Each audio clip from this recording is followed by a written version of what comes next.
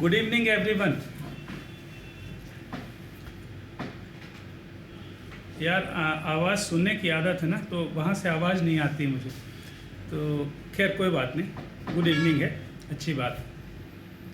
Last lecture में हम लोग डिस्कस कर रहे थे साहब, मैंने बोला कि फंक्शंस के बहुत सारे बेसिक्स हैं, हमने स्पीड से बहुत सारी चीज़ें आपको क्लियर की। Wavy curve method I hope कि अब सभी को बहुत बहुत बहुत अच्छे से क्लियर हो गई होगी। फिर उसके बाद अपन ने डोमेन ऑफ फंक्शन की बात की, तो डोमेन कैसे निकालते हैं किसी भी फंक्शन का, अभी इसकी बात कर ली। रेंज रह गया था ना, रेंज रह गया था, तो जल्दी से रेंज की बात कर लें, फिर ग्राफ्स बनाते हैं बहुत सारे। चलिए, so let y is equals to f of x is in real function. मैंने आपसे ये बात पहले भी की कि रियल फंक्शन का मतलब क्या हो गया कि फंक्शन R से R में डिफाइंड है, मतलब उसका डोमेन भी R में से आएगा और रेंज भी R में से आएगा। तो रेंज कहलाती क्या है ना, रेंज बेसिकली y की वैल्यूज़ है ना, y की वैल्यूज़ का जो भी इंटरवल है, भाई y is a function of x, तो x क्या हो गया, डोमेन हो गया। अच्छा, अब अगर x डोमेन है, इसका क्या मतलब है कि भाई मान लीजिए कि डोमेन आई -3 से 7, इसका मतलब x की वैल्यूज़ -3 से 7 तक हो सकती है। तो आपने डोमेन की वैल्यू इस फंक्शन में रखी, x की वैल्यू रखी, मतलब डोमेन को इस फंक्शन में रखा, तो जो y की वैल्यू मिलेगी, जो आउटपुट मिलेगा, वो उसकी रेंज कहलाएगी, है ना। तो रेंज एक्चुअली है क्या, y की मिनिमम और मैक्सिमम वैल्यू का इंटरवल, है ना। मिनिमम से मैक्सिमम वेरिएशन जो है वो रेंज कहलाती है। तो यहाँ पर मैं रेंज की एक मीनिंग ये लिख देता हूँ ना कि मिनिमम टू मैक्सिमम, मिनिमम से लेकर के मैक्सिमम का जो इंटरवल होगा वो रेंज कहलाएगा। समझ में आ रही बात। अच्छा, मैथमेटिकली अगर मैं रेंज निकालना चाहूँ तो कैसे निकालूंगा, set of all the values of y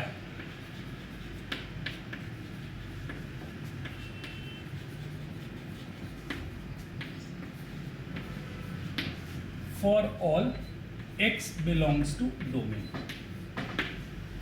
है ना। सीधी सी बात है कि डोमेन में से वैल्यू निकाली, इस फंक्शन में रखी, तो y की डिफरेंट वैल्यूज मिलेगी। वो वैल्यूज जो भी मिल रही है y की, है ना, वो उसकी रेंज कहलाएगी। तो range is nothing but what, set of all the values of y for all x belongs to domain. ठीक है, अब बात ये आती है साहब कि ये रेंज निकाली कैसे जाए। तो रेंज को निकालने का कोई एक स्पेसिफिक वर्किंग नहीं है भाई। जैसे कुछ स्टैंडर्ड फंक्शंस होते हैं जिसके बारे में अपन पहले से सीख लेते हैं कि साहब साइन एक्स का ग्राफ ऐसा बनता है और साइन एक्स की रेंज -1 से 1 है, कॉज एक्स की रेंज -1 से 1 है, तो ये स्टैंडर्ड फंक्शंस हो गए। लेकिन कुछ दूसरे फंक्शंस बना दिए जाएं या फंक्शंस के कॉम्बिनेशन बना दिए जाएं और फिर आपसे पूछी जाए कि साहब इसकी रेंज क्या है, तो रेंज निकालना किसी एक वर्किंग से पॉसिबल नहीं है। लेकिन फिर भी एक स्टैंडर्ड वर्किंग अपन बना लेते हैं जिसकी हेल्प से रेंज निकालना बहुत सारे क्वेश्चंस में आसान हो जाता है। तो मैं जल्दी से एक रेंज निकाल के पहले आपको बताता हूँ वर्किंग के साथ, है ना। तो लिख देता हूँ पहले वर्किंग। ये बात दिमाग में रखते हुए कि केवल यही एक वर्किंग रेंज निकालने की नहीं है, ये एक वर्किंग हो सकती है रेंज निकालने के लिए। तो given y is equals to fx, ये दिया हुआ है और इसकी रेंज निकालनी है। तो आपको करना क्या है, एक स्टेप ये लिखना है कि find x in terms of y, find x in terms of y। y के टर्म्स में आपको क्या करना है, x निकाल लेना। लेट मान लीजिए कि जब आपने y को निकाला, सपोज वी गेट कुछ ऐसा मिल गया, x is equals to function of y। अरे ऐसा मिलेगा ना भाई, मान लीजिए कि y लिखा है x² + 1, मैंने क्या लिखा कि find out x in terms of y, तो x आप निकालोगे तो क्या मिलेगा, √y - 1 मिलेगा। तो x इज न्यू फंक्शन, है ना, तो इसको मैंने लिख दिया h of y। Find x in terms of y, we get x is equals to hy। Then range is what, range is nothing but set of all the values, set of all the values of y for which x is defined। x is defined.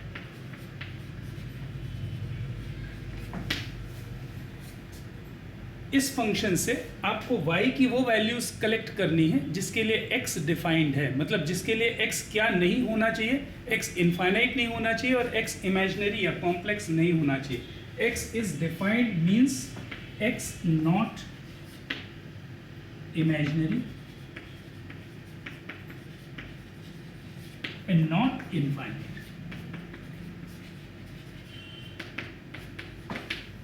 इस working की help से आप बहुत सारे questions की range आसानी से निकाल सकते हो। मैंने फिर से रिपीट करना है, सारे क्वेश्चंस नहीं, सारे फंक्शंस की रेंज इस वर्किंग से नहीं आएगी, लेकिन बहुत सारे फंक्शंस की जो रेंज है आप इस वर्किंग मेथड से निकाल सकते हो। तो साहब अब ज़रूरत किस बात की है कि मैं कुछ एग्जाम्पल्स लेकर के इसकी बात करूं। तो चलो एक क्वेश्चन करते हैं साहब, है ना।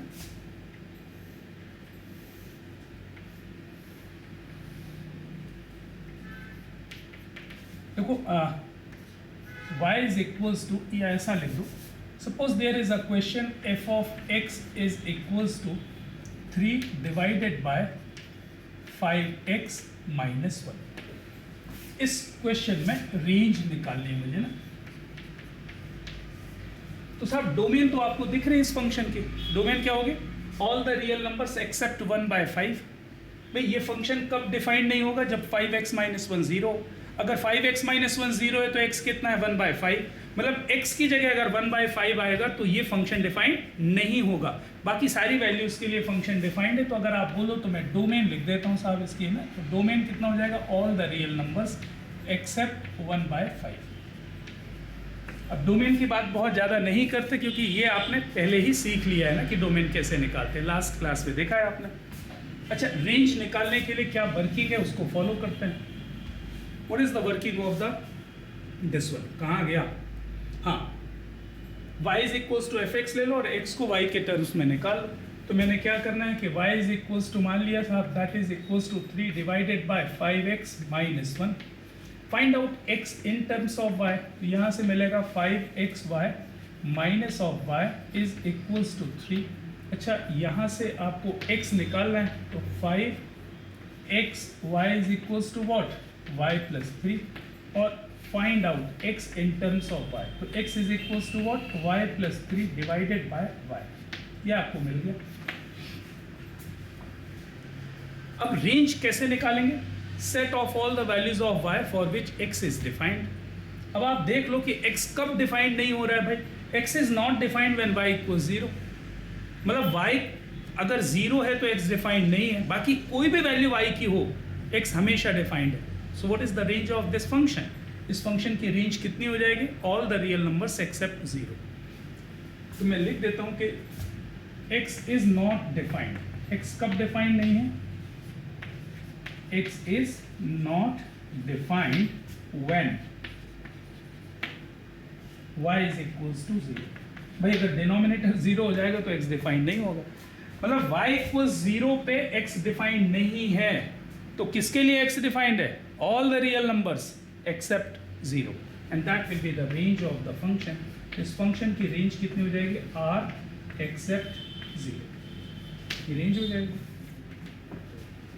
Suppose there is a function f of x that is equals to 3x minus 4 divided by 5x plus 2। ये आपका एक फंक्शन दिया हुआ है and you have to find the range of this function. इस फंक्शन की रेंज निकालनी है आपको, ठीक है। तो साहब रेंज निकाल लेते हैं। क्या करोगे रेंज निकालने के लिए, इसकी आसान सी तरीके इस्तेमाल करना है।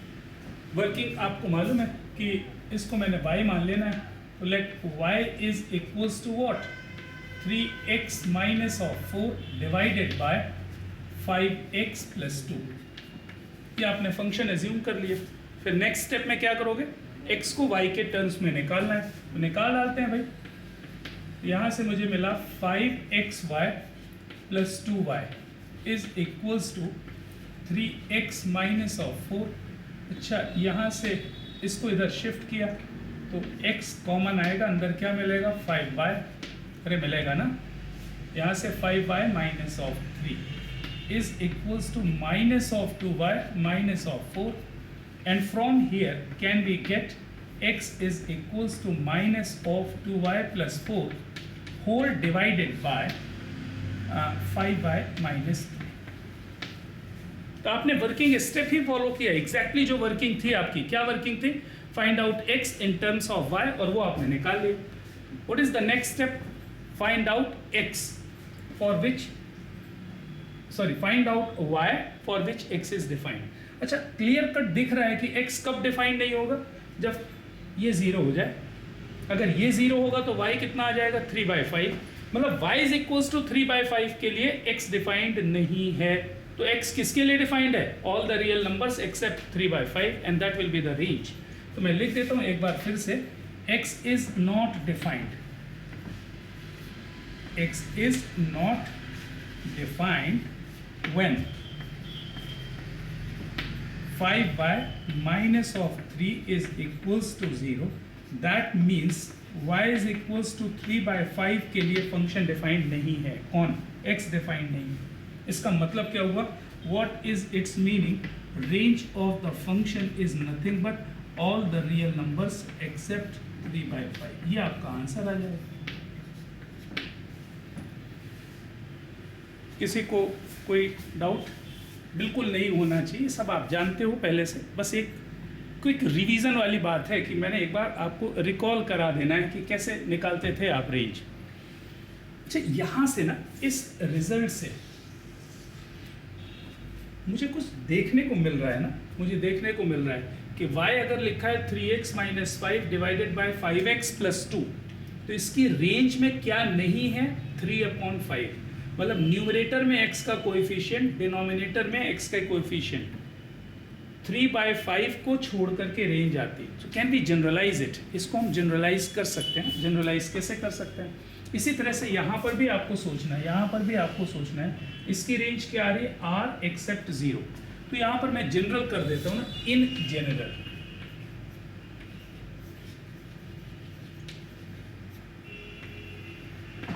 अगर मैं आपसे बात करूं कि 1/लीनियर लिखा हुआ है ना, कोई भी 1/लीनियर एक्सप्रेशन है, दैट मीन्स अगर मैं इसको ऐसा कुछ बोलूं, 1/ax plus b, can we say that this expression is nothing but one by linear expression. तो इसकी रेंज जो है ना, रेंज हमेशा हमेशा के लिए याद रखना है, all the real numbers accept 0. ये इसकी रेंज आएगी. तो ऑब्जेक्टिव के पॉइंट ऑफ व्यू से अगर इस तरह का कोई भी फंक्शन आ जाए ना, 1/लीनियर एक्सप्रेशन लिखा हो, तो बुद्धि लगाने की जरूरत नहीं. One can write directly it's range will be what? All the real numbers accept 0. ऐसा हमेशा ही होगा. और दूसरा एक्सप्रेशन एक और लिख लेते हैं. अगर आपको एक्सप्रेशन कुछ ऐसा मिल रहा है, लीनियर डिवाइडेड बाय लीनियर, जैसा ये लिखा हुआ है 3x minus 4 linear upon linear, इसकी रेंज, इसको भी फंक्शन के फॉर्म में बना देते हैं. मींस ऐसा कुछ लिखा हुआ है ax plus b divided by cx plus d. ये अगर एक्सप्रेशन आपका है, and if you want to find range of this function, तो रेंज क्या होगी इसकी? All the real numbers except a by c. a by c, a कहाँ से आया? x का coefficient in the numerator divided by x का coefficient in the denominator. तो यहाँ की हेल्प से आप रेंज बहुत आसानी से निकाल सकते हो. Range is what? All the real numbers except a by c. तो अब आपको बुद्धि लगाने की जरूरत नहीं पड़ेगी, बहुत ही आसानी से आप उस काम को कर पाओगे. तो ये दो रिजल्ट्स अगर आप देख सकते हो तो बहुत बहुत बहुत अच्छी बात है. जल्दी से देख लो एक बार क्या क्या लिखा हुआ है. तो suppose there is a function like this, f of x given by, यहाँ पर लिखा हुआ है साहब 3x divided by x minus 4. तो साहब इसकी देखो डोमेन तो आपको क्लियर कट समझ में आई. ये डोमेन कितनी होगी इसकी? All the real numbers accept 4. ये इसका डोमेन हो जाएगा. अच्छा, रेंज भी अब मैं डायरेक्ट लिख पाऊंगा. रेंज आप डायरेक्ट लिख सकते हो ना, all the real numbers except coefficient of numerator divided by denominator. Denominator में x का कोएफिशिएंट कितना है 1, न्यूमरेटर में x का कोएफिशिएंट कितना है 3. So can we say that answer is what all the real numbers except 3. सही है. चलिए और बात करते हैं. Suppose there is another question f of x given by under root of 9 minus of x square. इस फंक्शन का domain और रेंज दोनों निकालना है. तो भाई पहले डोमेन के लिए बात करते हैं. ये फंक्शन कब डिफाइंड होगा? जब ये वाला जो एक्सप्रेशन है वो ग्रेटर देन और इक्वल्स टू 0. मैं लिख देता हूँ जी, है कि f of x is defined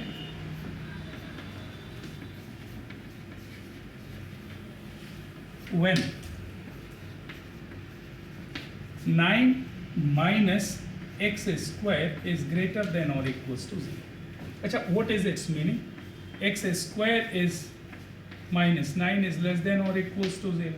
अच्छा, what it implies? X minus 3 multiplied by x plus 3 is less than or equals to 0.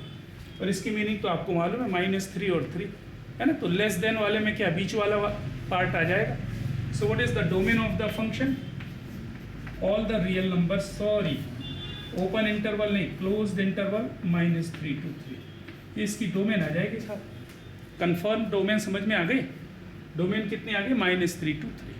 किसी को कोई शक? अच्छा, रेंज निकालने के लिए क्या करना था? To find the range. Range निकालने के लिए भाई एक्सप्रेशन को आप y मान लो. तो मैंने मान लिया भाई. तो यहाँ पर मैंने क्या लिखा कि y is equals to what 9 minus x square. अच्छा, find out x in terms of y. तो x स्क्वायर कितना हो जाएगा साहब? 9 minus y स्क्वायर. अच्छा, यहाँ से मुझे क्या मिलेगा? x is equals to root over 9 minus y square. ऐसा आ जाएगा. Then find out those values of y for which x is defined. That will provide you the range. अब ये x कब डिफाइंड होगा? तो x is defined when 9 minus y square is greater than or equals to 0. अच्छा, same expression बन रहा है range के लिए भी. तो मैं लिख देता हूँ, यहाँ से मिलेगा y minus 3 multiplied by y plus 3 is less than or equals to 0. So what it implies? y belonging to what? -3 to 3. अच्छा, इसकी डोमेन कितनी आ रही है? -3 to 3. अच्छा, रेंज कितनी आ रही है? -3 to 3. लेकिन ये आंसर गलत हो जाएगा. ये आंसर गलत हो जाएगा. अच्छा, ये आंसर गलत होने का क्या रीज़न होगा? याद तो आ ही गया होगा. तो रीज़न ये है कि साहब ये जो फंक्शन है ना, फंक्शन कैसा दिया है? स्क्वायर रूट में दिया हुआ है. और आपको मैंने लास्ट लेक्चर में शायद ये ज़रूर बताया होगा कि square root is always a positive number. मतलब स्क्वायर रूट के आउटपुट में जो कुछ भी मिलेगा, जो उसके बाहर मिलेगा, वो क्या होगा? पॉजिटिव नंबर होगा. और आप कह रहे हो कि साहब -3 से 3 है, मतलब आउटपुट में निगेटिव वैल्यू भी इंक्लूडेड है, जो कि पॉसिबल नहीं है. तो इस वर्किंग रूल की हेल्प से आपको एक जजमेंट मिल गई कि साहब रेंज ऐसी कुछ होगी. लेकिन आपको फंक्शन की बेसिक नहीं भूलना है कि वो स्क्वायर रूट दिया हुआ है, और square root is always a positive number. और अगर वो पॉजिटिव नंबर है, what is its meaning? You must neglect all the negative numbers. तो मैं लिख देता हूँ, यहाँ पर मैं क्या लिखूंगा कि being square root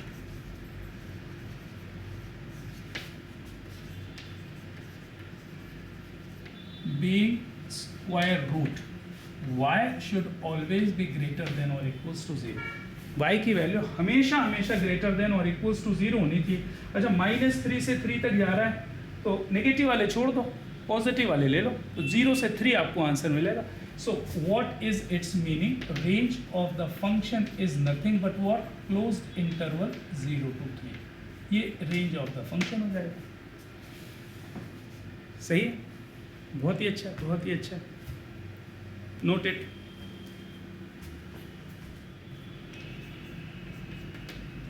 Y is equals to f of x and that is equals to x square divided by 1 plus x square. ये आपका फंक्शन दिया हुआ है. इसकी डोमेन कितनी होगी ये तो समझ में आ ही रहा है, ऑल द रियल नंबर्स। कैसे भाई?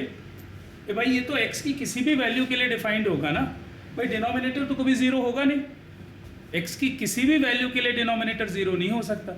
इसका मतलब x की किसी भी वैल्यू के लिए y डिफाइंड ना हो ऐसा नहीं हो सकता। तो x की हर वैल्यू के लिए y डिफाइंड है। तो domain is what? All the real numbers.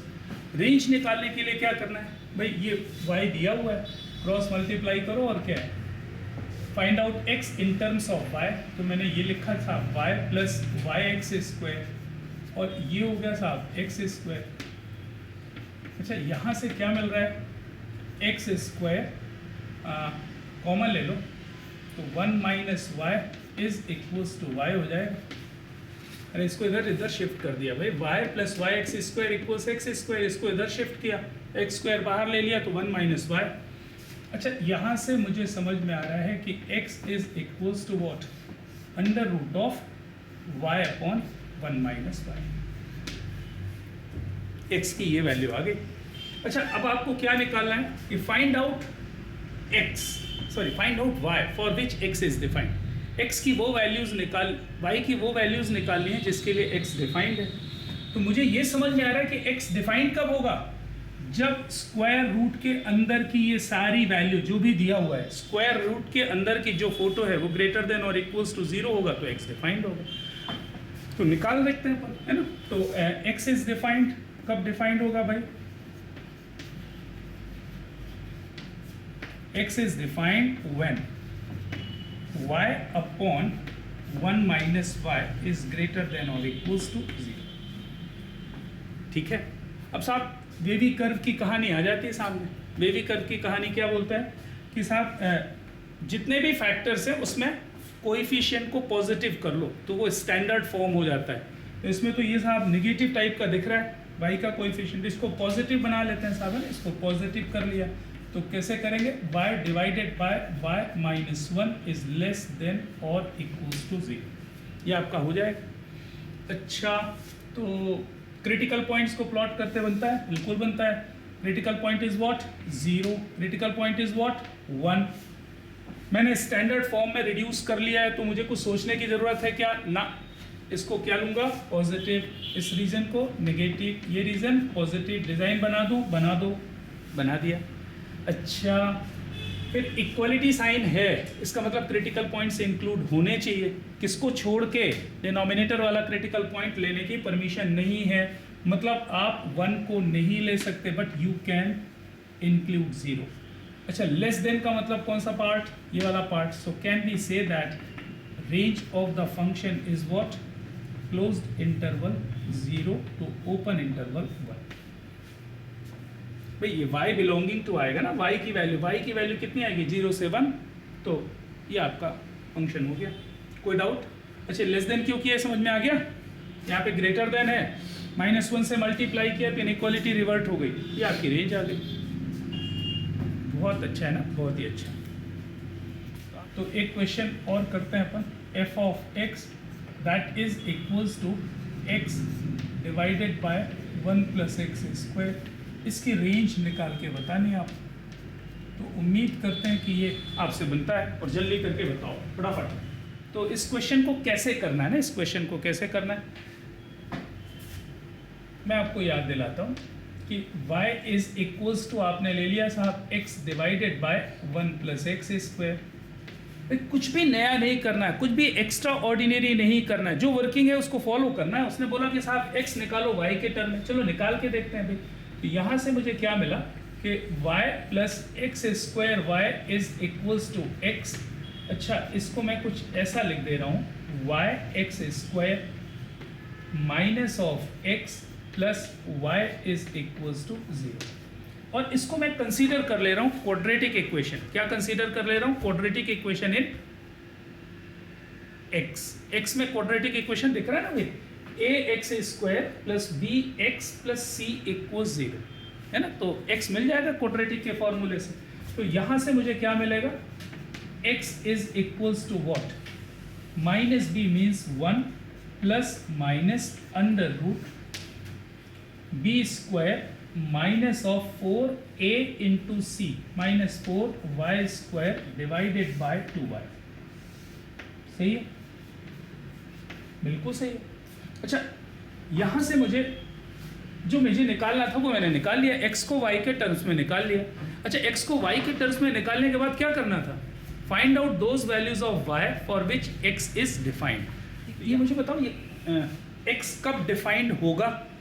जब ये स्क्वायर रूट के अंदर की जो फोटो है वो या तो 0 हो या 0 से बड़ी हो, और साथ ही साथ y को 0 नहीं होना चाहिए, क्योंकि अगर y 0 हो गया तो x डिफाइंड नहीं होगा। तो मैं लिख देता हूँ क्लियरली, x इज डिफाइंड। इसके बाद ये स्टेप ले रहा हूं मैं, तो x इज डिफाइंड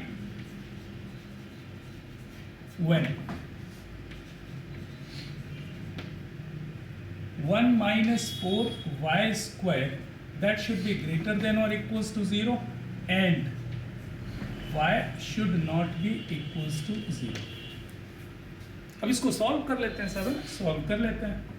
क्या मिलेगा जरा देख के बताओ। यहां से मुझे मिलेगा 4y² minus of 1 that should be less than or equals to 0 and y should not be equals to 0।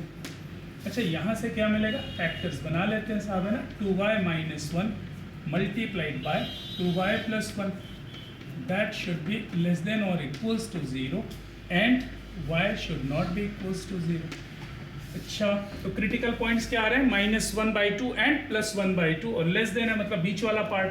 तो यहाँ से मुझे मिल रहा है y belongs to -1/2 to 1/2। लेकिन साहब इसके बीच में ना, इसके बीच में क्या हो रहा है? 0 भी आ रहा है, और आप कह रहे हो कि 0 नहीं होना चाहिए, तो एक्सेप्ट आपने क्या कर दिया? 0। तो according to this particular rule, जो आपने रूल पढ़ा है उस रूल के हिसाब से क्या बात कर रहा है वो, कि इस फंक्शन की रेंज कितनी होनी चाहिए? All the real numbers, sorry, closed interval -1/2 to 1/2 except 0। ये इसका आंसर होना चाहिए। लेकिन ये आंसर गलत है ना, ये आंसर गलत है। अब आप पूछोगे कि साहब इसमें क्या मिस्टेक हो गई? तो इसमें जो मिस्टेक हो रही है उसके बारे में हम लोगों को बात करनी पड़ेगी। देखो, ये एक जो वर्किंग आपको मैंने बताई ना, कि इस वर्किंग से आप रेंज निकाल सकते हो ना, वो फुल प्रूफ नहीं है। कई बार क्रिटिकल पॉइंट्स पर आपको वो चेक भी करना पड़ेगा, वो चेक भी करना पड़ेगा। देखो, इस फंक्शन से ही दिख रहा है भाई, ये फंक्शन से क्या बात हो रही है। इसकी डोमेन कितनी है? बताओ मुझे, इसकी डोमेन कितनी है? ऑल द रियल नंबर्स है क्या? इसकी डोमेन में क्या सारे रियल नंबर्स आएंगे? हाँ आएंगे, क्योंकि ये x की किसी भी वैल्यू के लिए डिफाइंड है। मतलब x की वैल्यू 0 भी रख सकते हो आप। अच्छा, इस फंक्शन में x की जगह जरा 0 रख के देखो, तो आपने x की जगह 0 रखा तो y की वैल्यू कितनी आ रही है? 0 आ रही है। भाई x की जगह 0 रखने पर y की वैल्यू 0 आ रही है, इसका मतलब इसकी रेंज में क्या होगा? 0 तो 100% आएगा, और वो दिख ही रहा है, यहीं से दिख रहा है कि अगर आप x की जगह पर 0 रख रहे हो तो क्या y 0 आ रहा है? हाँ आ रहा है। 0 रख के देखो तो 0 divided by 1 + 0 and that is 0। मतलब y की वैल्यू 0 आ सकती है।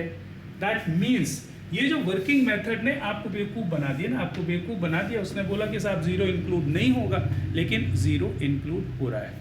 ठीक है, तो इसका आंसर जो होगा ना, so range of the function will always be what? All the real numbers from -1/2 to 1/2 except 0 नहीं होगा।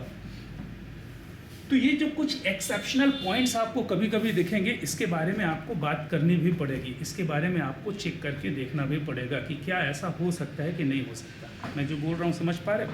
अच्छा, एक और तरीका हो सकता है ना, एक और तरीका हो सकता है। जरा आप सोचो कि भाई मेरे दिमाग में ये बात आ गई कि साहब ये 0 को एक्सेप्ट कर रहा है, क्या 0 इसके अंदर आ सकता है? तो मैं रख कर के y की जगह 0 रख के देख लेता हूँ कि क्या कोई x की वैल्यू ऐसी आ रही है जो डोमेन में है। अगर होगी इसका मतलब y की वैल्यू 0 आ सकती है।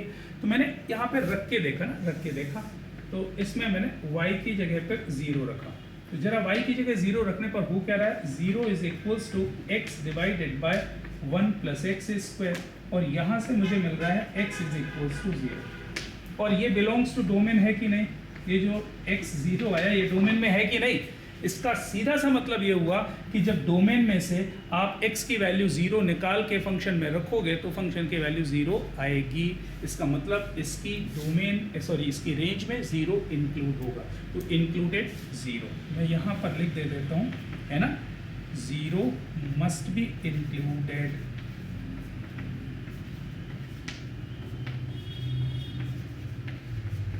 तो थोड़ा सा पैनी नज़र आपको रखनी पड़ेगी साहब, रेंज निकालते समय ना छोटी छोटी मिस्टेक हो गई तो कहानी इधर से उधर हो जाएगी। हेडिंग में लिखना है साहब, graphs of some standard functions.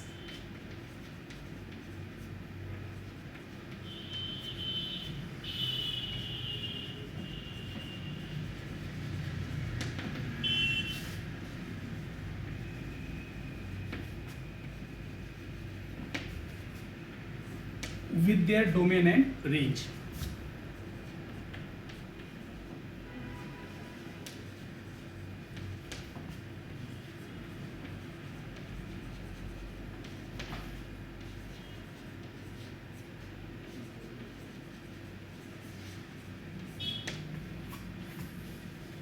ठीक है, चलो स्टार्ट करते हैं साहब, स्टार्ट करते हैं।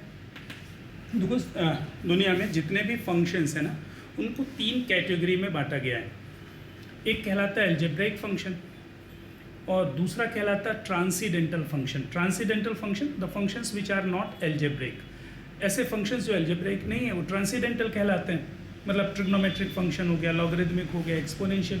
अच्छा, तीसरी कैटेगरी आती है जो ना तो ट्रांसीडेंटल और ना ही एल्जेब्रिक है, तो वो स्पेशल फंक्शंस कहलाते हैं। उसमें बहुत सारे फंक्शंस आते हैं ना, बहुत सारे। लेकिन मैंने अभी आपको बहुत ज़्यादा डिवाइड ना करते हुए ना एल्जेब्रिक फंक्शन में ही कुछ स्पेशल फंक्शंस को इंक्लूड कर लिया है जो आपके काम के हैं, बाकी छोड़ देंगे अपन, जो ज़रूरत के हैं वही करेंगे। तो एल्जेब्रिक फंक्शन की कैटेगरी बना लेते हैं ना। पहला नंबर आपको लिखना है polynomial function, a part polynomial functions. Polynomial functions भाई ऐसे फंक्शंस जो पॉलिनोमियल के फॉर्म में हो, है ना, a0x⁴n plus a1x⁴n -1 etcetera etcetera, है ना, क्यूबिकल एक्सप्रेशन है, 4th डिग्री बाइक्वाड्रेटिक है, 5th डिग्री है, या और किसी डिग्री का इक्वेशन है, तो फंक्शनल फॉर्म में है तो उसको अपन क्या बोलेंगे, पॉलिनोमियल फंक्शन। अच्छा, इसमें भी कुछ छोटे छोटे से कैटेगरीज बना लेते हैं ना। पहला आइडेंटिटी फंक्शन,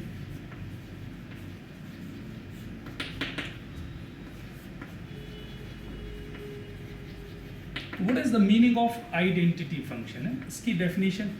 अच्छा, अब आइडेंटिटी तो पढ़ चुके हो, f of x = x, तो identity function can be defined in this way that f of x = x। और अच्छा करने के लिए इसको मैं y लिख देता हूँ, तो y = x is identity function. अच्छा, आइडेंटिटी फंक्शन का ग्राफ मतलब y = x की लाइन बनानी है, ये आपकी ओरिजिन हो गया, ये x एक्सिस, ये y एक्सिस, फटाफट बना ले जरा सा, है ना। तो y = x, ये लाइन मैंने ट्रेस कर दी। So this one is the graph of identity function, है। ये ग्राफ किसका हो गया, y = x का ग्राफ हो गया, मतलब x और y बराबर है, एग्जैक्टली 45 डिग्रीज पर ये बनेगा, बाइसेक्ट कर रहा हुआ है फर्स्ट क्वाड्रेंट और थर्ड क्वाड्रेंट को। अच्छा, इसकी डोमेन क्या दिख रही है, all the real numbers. x की कोई भी वैल्यू आप कहीं पर भी रखोगे तो y की कोई ना कोई वैल्यू तो मिलेगी, यहाँ पर तो यहाँ पर कहीं ना कहीं ना। For all values of x it is defined. And what about range of the function, इसकी रेंज कितनी है, r है। भाई ये ग्राफ कहाँ से कहाँ तक वेरी कर रहा है, माइनस से प्लस, y की सारी वैल्यूज आपको मिल सकती है -∞ से +∞। तो y is moving from -∞ to +∞, so range of identity function is what, r। दूसरे नंबर पे आते हैं साहब, सेकेंड नंबर पे आप ऐसा लिख लो, स्क्वायर फंक्शन है।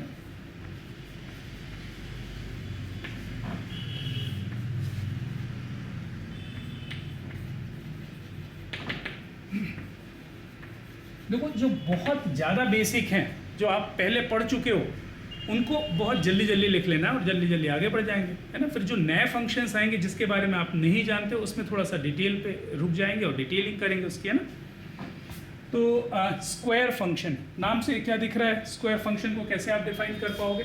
सो square function can be defined as y is equals to f of x is equals to what, x square.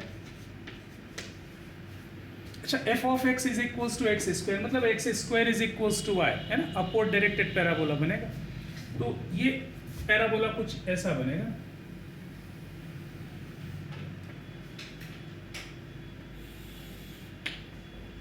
ये आपका अपवर्ड डायरेक्टेड पैराबोला बन रहा है।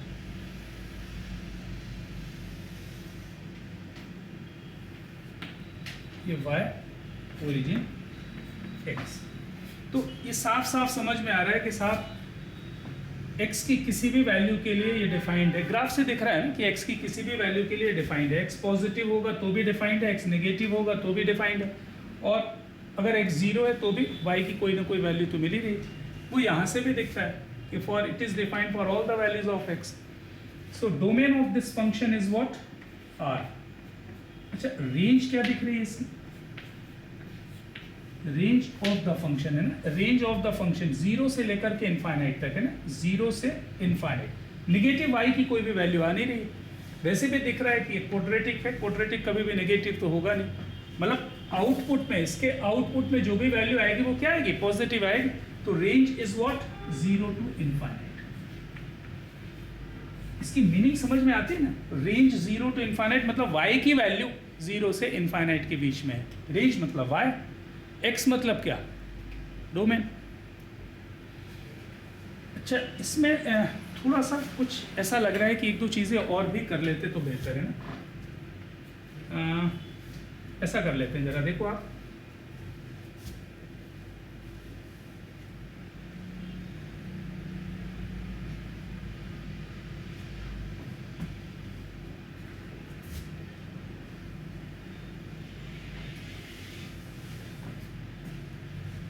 सही है, एक और बना रहे हैं, एक और बना रहे हैं, थोड़ा सा डीपनेस लेके आ रहे हैं ना बस।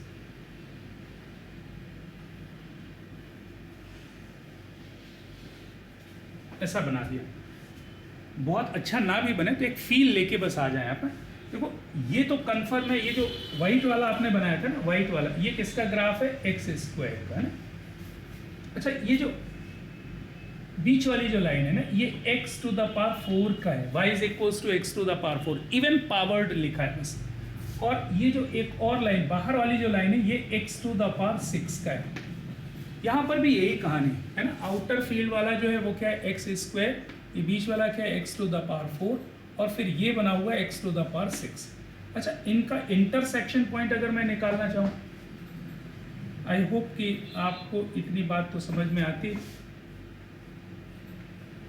ये कहाँ पर इंटरसेक्ट करेंगे भाई, आप सोचो ना कि ये एक्स स्क्वायर और एक्स की पावर 4 को इंटरसेक्ट करना है, तो x square is equals to x to the power 4 कर दिया, तो x to the power x square common हो गए, तो अंदर क्या मिलेगा, x square minus of 1 is equals to 0। अच्छा, यहाँ से एक्स की 3 वैल्यूज मिलेगी, 0, 1 और -1। तो क्लियरली आपको ये बात समझ में आनी चाहिए कि ये पॉइंट होगा -1, ये पॉइंट होगा 1, और ऑफ कोर्स ये पॉइंट क्या है, 0। तो ये तीनों कर्व्स ना, x square, x to the power 4, x to the power 6, एक और बना दूंगा x to the power 8, even powered जितने भी हैं वो अंदर अंदर अंदर अंदर जाते जाएंगे। अच्छा, तो इनके इंटरसेक्शन पॉइंट क्या है, -1, 0 और 1। अच्छा, और भी देखो, और भी कुछ बातें समझाना है मुझे ना, क्योंकि इसकी ज़रूरत पड़ेगी, इसलिए थोड़ा सा ध्यान कर लो। अच्छा, अगर आप -1 से 1 के बीच में देखो, ये किसकी फ़ोटो है, अरे ये किसकी फ़ोटो है, एक्स स्क्वायर की। ये बीच वाली x टू द पावर 4 की, और नीचे वाली x टू द पावर 6 की।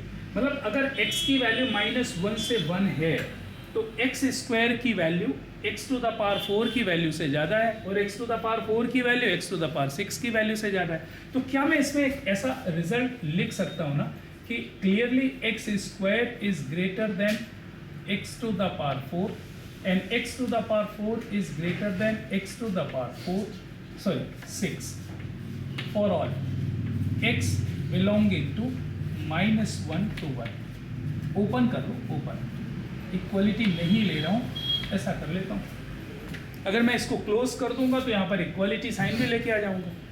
समझ में आ रहा है? अरे क्योंकि -1 और 1 पे तो तीनों इक्वल है ना। आप चाहो तो ऐसा कर दूं, अगर आप अनुमति दें तो इसको ऐसा कर देता हूँ और यहाँ पर -1 से 1 क्लोज कर दो। कोई डाउट? अच्छा 1 के बाहर देखो क्या स्टेटस है। 1 के बाहर x टू द पावर 6 ऊपर है, फिर x की स्क्वायर x की पावर 4 उससे नीचे है और x स्क्वायर उसके नीचे है, मतलब x टू द पावर 6 ज़्यादा है, x टू द पावर 4 फिर उसके बाद x स्क्वायर। तो कैन, और यही स्टेटस -1 के इधर पे भी है। So can we say from this particular that x square is less than और equals to x to the power 4 and is less than और equals to x to the power 6 for all x belonging to -infinite to -1 union 1 to infinite।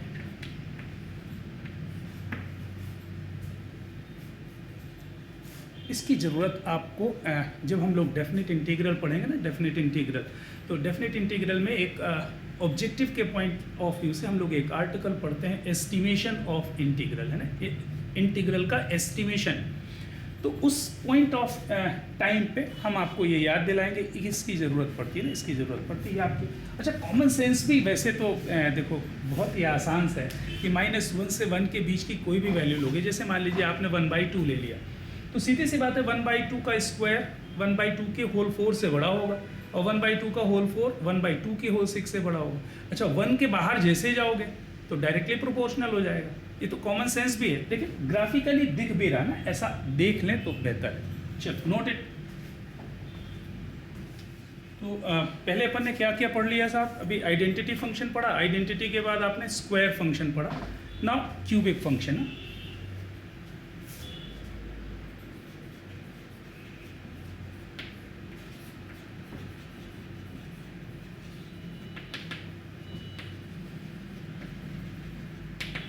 Cubic function को कैसे define करोगे साहब?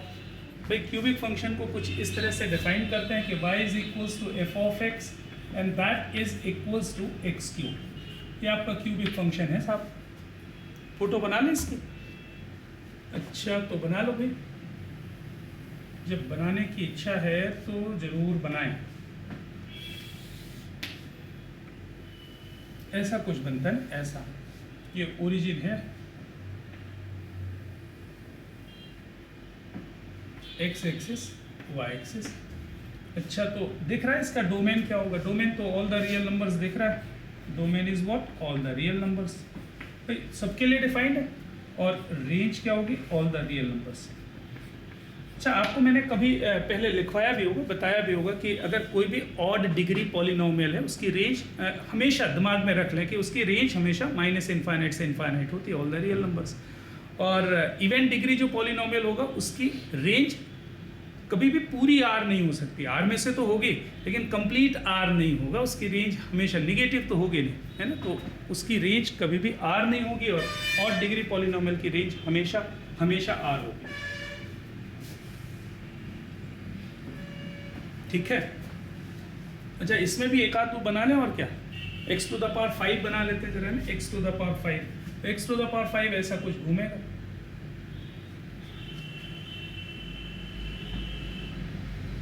ऐसा हो जाए। अच्छा x टू द पावर 7 बनाना है तो एक और बना दो और ऐसे बना दो और ऐसे बना दो और ऐसे बना, भाई बना दो, आपकी इच्छा हो रही है तो बना दो भाई, बनाने में क्या है।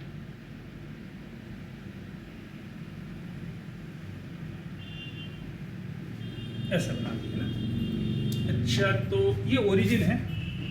अच्छा फिर से इंटरसेक्शन पॉइंट तो वही फोटो बनेगी साहब, 1 और -1, 1 यहाँ पर क्या लिखते हैं ना, -1। अच्छा यहाँ पे तो हम लोग एक और बना सकते हैं यार, बना सकते हैं क्या? बिल्कुल बना सकते हैं।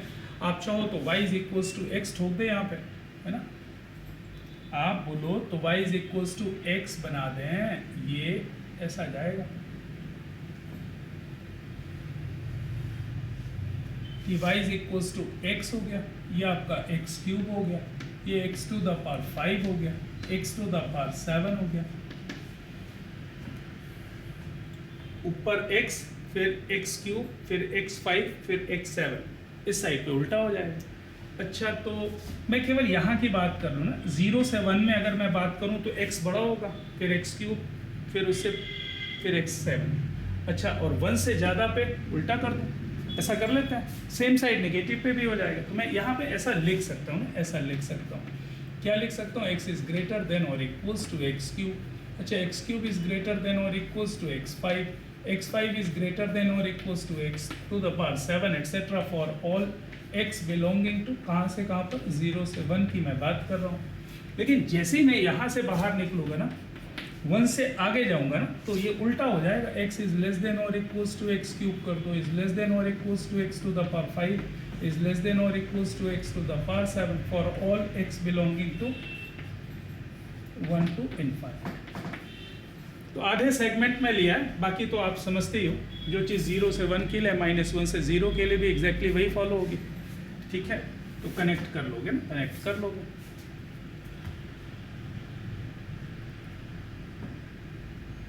समझ में आ रहा है? अच्छा, समझ में आ रहा है तो बताओ, -1 से 0 में क्या स्टेटस होगा? 0 से 1 में ये स्टेटस है, तो -1 से 0 में क्या स्टेटस होगा? ये दिख रहा है, ये -1 से 0, तो -1 से 0 में ये फिर और नीचे, फिर और नीचे, फिर और नीचे, ये छोटा है। अरे ये छोटा है भाई, ये नीचे नेगेटिव साइड में वैल्यू बड़ी है।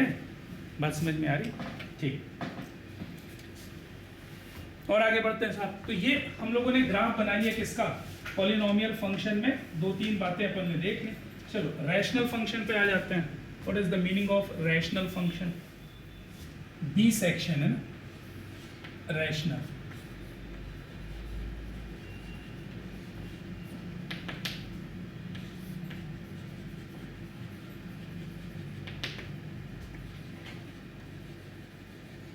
भाई साहब ये रैशनल नंबर नहीं लिखा है, रैशनल फंक्शन लिखा है ना।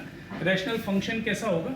ऐसी कुछ डिज़ाइन बनती है उसकी कि ये f of x is given by px divided by qx, ये रैशनल फंक्शन। अरे भाई जैसे अपन ने रेंज निकालते समय लिखा था ना 1/2x - 1, ये कैसा फंक्शन है? रैशनल फंक्शन हो जाएगा। Numerator is a polynomial function, denominator is a polynomial function, then that function will be termed as what? Rational function. बस ये ध्यान रखना चाहिए कि ये qx 0 नहीं होगा। अरे ठीक है, तो सब जानते हैं यार, qx अगर नीचे वाला पॉलिनोमियल 0 हो जाएगा तो फिर कहाँ बचा? फिर तो बचेगा नहीं साहब। तो रैशनल फंक्शन में भी 1-2 पढ़ लेते हैं। इसमें पहला लिख लो जी, रेसिप्रोकल फंक्शन। रेसिप्रोकल फंक्शन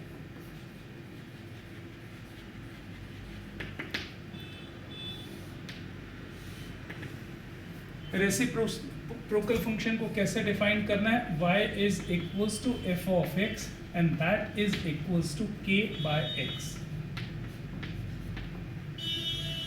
ये रेसिप्रोकल फंक्शन है। अच्छा, इस फंक्शन में ना, इस फंक्शन के 2 ग्राफ्स हम बना सकते हैं, एक बार k को पॉजिटिव लेकर के, एक बार नेगेटिव ले। अच्छा, इसकी मतलब समझ में आ रहा है?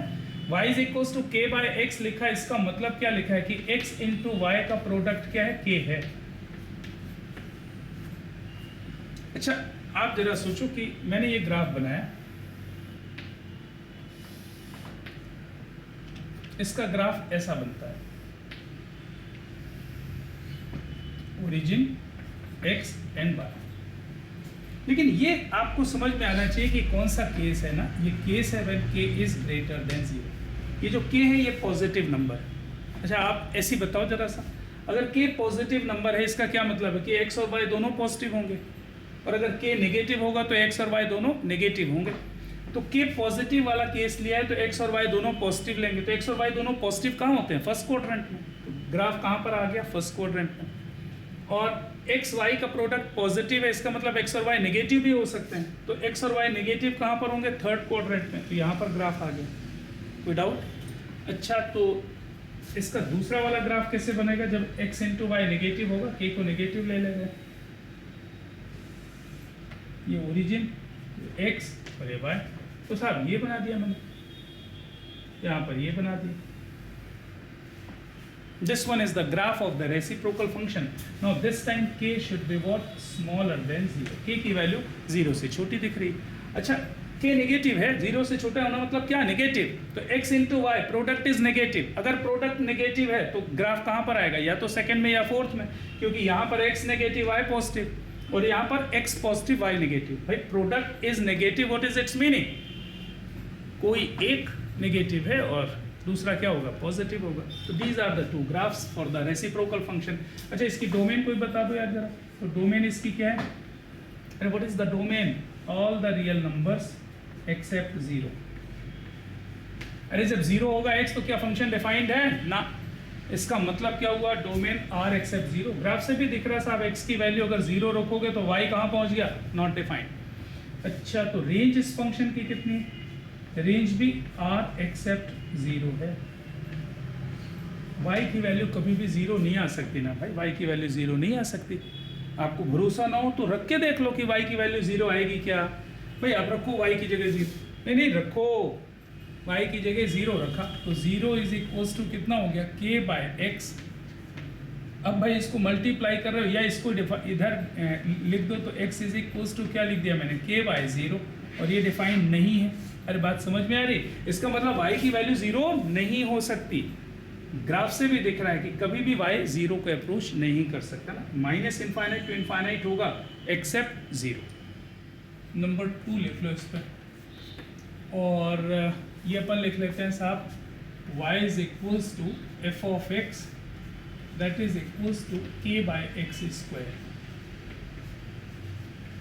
That means x square into y is equals to k।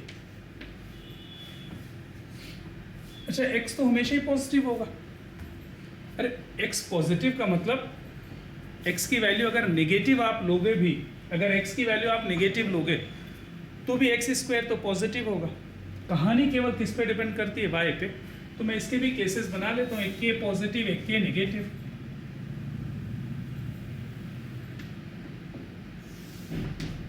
Origin x y,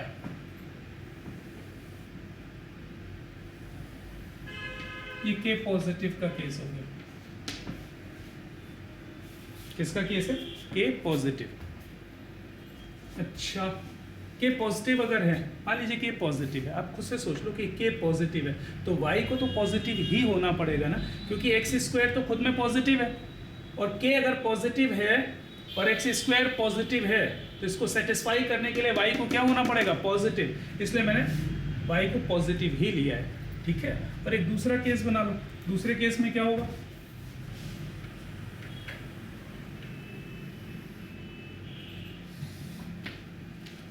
origin x and y, ये वाला ग्राफ बन जाए,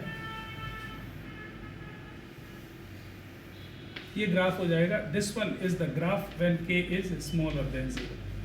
अच्छा ये बात यहाँ से दिख रही है ना आपको, k को अगर मैंने नेगेटिव कर दिया तो इसका प्रोडक्ट नेगेटिव आना चाहिए, और एक्स स्क्वायर तो पॉजिटिव ही है, इसका मतलब y को क्या होना पड़ेगा, नेगेटिव, इसलिए y का ग्राफ जो है वो नेगेटिव साइड में आ गया। अच्छा डोमेन और रेंज देख लो भाई साहब, हाँ डोमेन तो दोनों ही केसेस में सेम है, domain is what, r except 0। Range कितनी है इस फंक्शन की, 0 टू इनफाइनाइट, 0 बस नहीं मिलेगा साहब, तो 0 टू इनफाइनाइट इसकी रेंज है। What about this? इस केस में डोमेन तो सेम है, all the real numbers except 0। What about range of this function?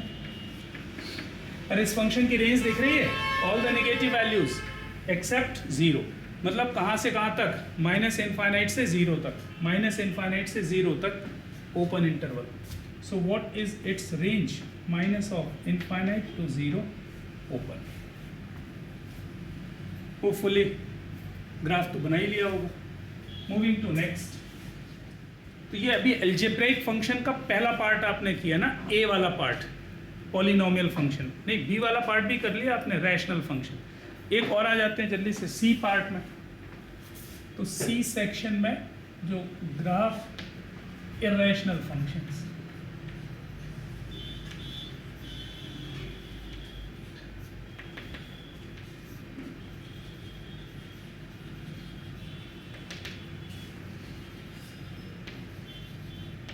अच्छा इरेशनल फंक्शंस का नाम सुना है ना, ये कैसा फंक्शन है, भाई कोई भी पॉलिनोमियल फंक्शन है उसमें कोई रेडिकल ले लो, रेडिकल का मतलब समझ लो ना, रैशनल पावर। जैसे मान लीजिए कि y इज इक्वल्स टू लिखा है ना, y is equals to x लिखा है, ये कैसा फंक्शन है? पॉलिनोमियल फंक्शन है। अच्छा, इसको मैंने स्क्वायर रूट कर दिया, ये क्या बन गया? Irrational function. तो irrational functions are those polynomial expressions और फंक्शंस हैविंग रेडिकल्स। रेडिकल्स का मतलब रैशनल पावर ना। जैसे मान लीजिए y इज इक्वल्स टू लिख दिया मैंने x टू द पावर 1/3। हाँ साहब, ये कैसा फंक्शन हो जाएगा? इर्रेशनल फंक्शन हो जाएगा। तो इर्रेशनलिटी मतलब पावर रैशनल होनी चाहिए। y is equals to x to the power 5/3 plus 2x ऐसा लिखा हुआ। So this function is what? Irrational, क्योंकि इसकी पावर कैसी है? रैशनल पावर आ गई, इसलिए ये फंक्शन कैसा फंक्शन हो जाएगा? इर्रेशनल फंक्शन हो जाएगा। इसमें फर्स्ट ले रहे हैं अपन स्क्वायर रूट फंक्शन।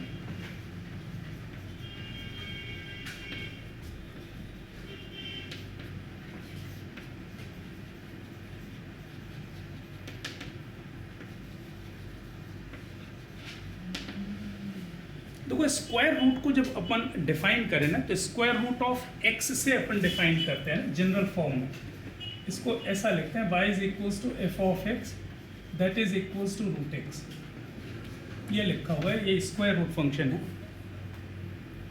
अच्छा, तो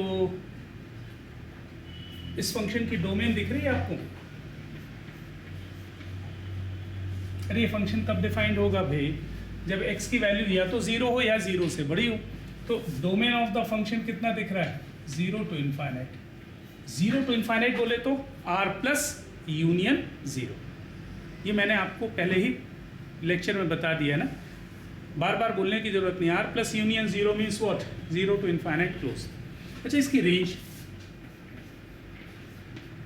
अब यार ये तो जानते हो कि ये स्क्वायर रूट लगा है, मतलब इसके आउटपुट में जो वैल्यू मिलेगी वो क्या मिलेगी? नेगेटिव तो हो नहीं सकती, वो हमेशा क्या होगी? 0 या 0 से बड़ी।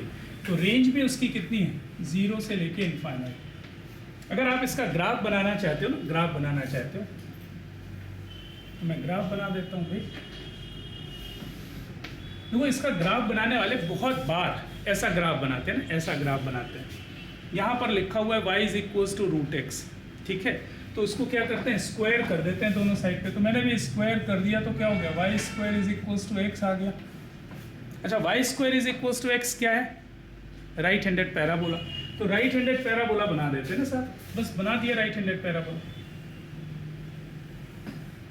और ये 0x और ये y एक्सिस। लेकिन ये जो ग्राफ है ना, ये ग्राफ जो है ये y square is equals to x का है। This one is not the graph of y is equals to root x, क्योंकि ये केवल और केवल पॉजिटिव वैल्यू कंसीडर कर रहा है। So you have to neglect this ना, ये पार्ट नहीं आएगा ग्राफ में ना, ग्राफ में ये पार्ट नहीं आएगा। So what is the graph of the square root of x? तो स्क्वायर रूट ऑफ एक्स का केवल और केवल ग्राफ ये बनेगा। This one is the square root. इसलिए मैं क्या बोल रहा था? Domain is what? 0 to infinite, range is what? 0 to infinite. Neglect all the negative values. Square root function always rejects the negative values of y। y की negative values को हमेशा हमेशा क्या कर देता है? नेग्लेक्ट कर देता है। तो ये ध्यान रखना है। इसका मतलब समझ में आ रहा है कि जो y है, y should always be greater than और equals to 0, and that's why range is there. 0 से इनफाइनाइट उसकी रेंज लिखी हुई है। 0 से इनफाइनाइट रेंज लिखने का मतलब क्या है कि साहब उसके आउटपुट में कोई भी नेगेटिव वैल्यू नहीं आएगी, ठीक है?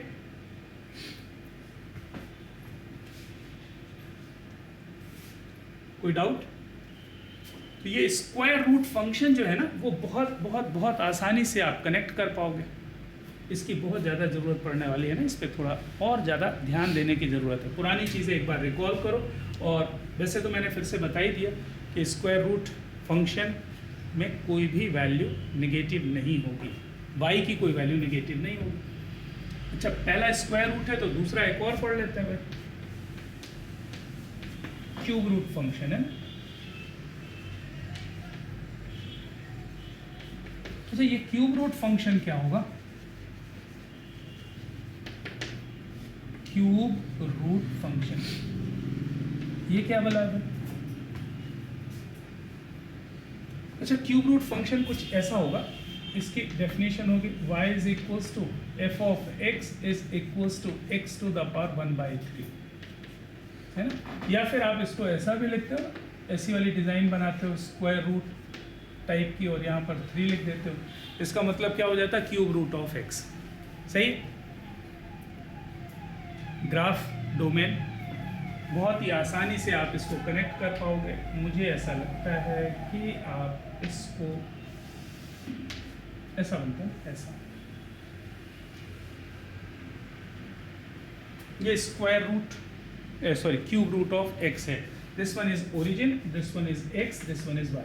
ए भाई मैं नहीं चाहता कि आप इसकी एग्जैक्ट फोटो बना करके देखो, है ना। टेंटेटिव आइडिया होना चाहिए कि क्यूब रूट कैसे जाता है, स्क्वायर रूट का ग्राफ कैसा बनता है, स्क्वायर फंक्शन का ग्राफ कैसे बनता है ना।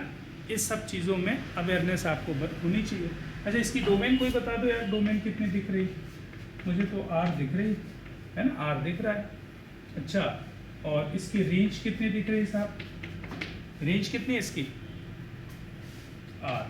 अरे भाई, माइनस इनफाइनाइट से प्लस इनफाइनाइट, तो range is what? R, all the real numbers. R बोले तो ऑल द रियल नंबर्स। अच्छा, तो बस बहुत है, इतनी बातें तो आपने सीख ही ली। तो ये जो अलजेब्राइक फंक्शन था उसमें क्या क्या पढ़ लिया आपने?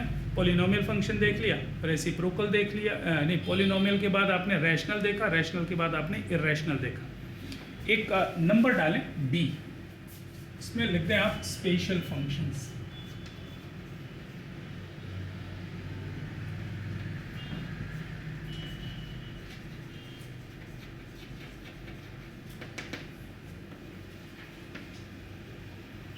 अच्छा, नाम अपन ने स्पेशल इसलिए डाल दिया है क्योंकि आपके दिमाग में यह हमेशा हमेशा रहे कि ये साहब बहुत ही ज़्यादा स्पेशल है ना, वेरी वेरी वेरी स्पेशल। क्योंकि इसमें अपन मॉडुलस पढ़ेंगे, इसमें अपन सिग्नम पढ़ेंगे, इसमें ग्रेटेस्ट इंटीजर पढ़ेंगे, इसमें फ्रैक्शनल पार्ट ऑफ फंक्शन पढ़ेंगे। यही वो फंक्शंस हैं जो आपको एग्ज़ाम में, ऑब्जेक्टिव्स के एग्ज़ाम में परेशान करने वाले हैं। बाकी कहीं पर ये लग्गू बग्गू वाले परेशान नहीं करते हैं ना, बड़े बड़े, है ना। तो वो परेशानी जो है वो आपकी बहुत ज़्यादा होने वाली है।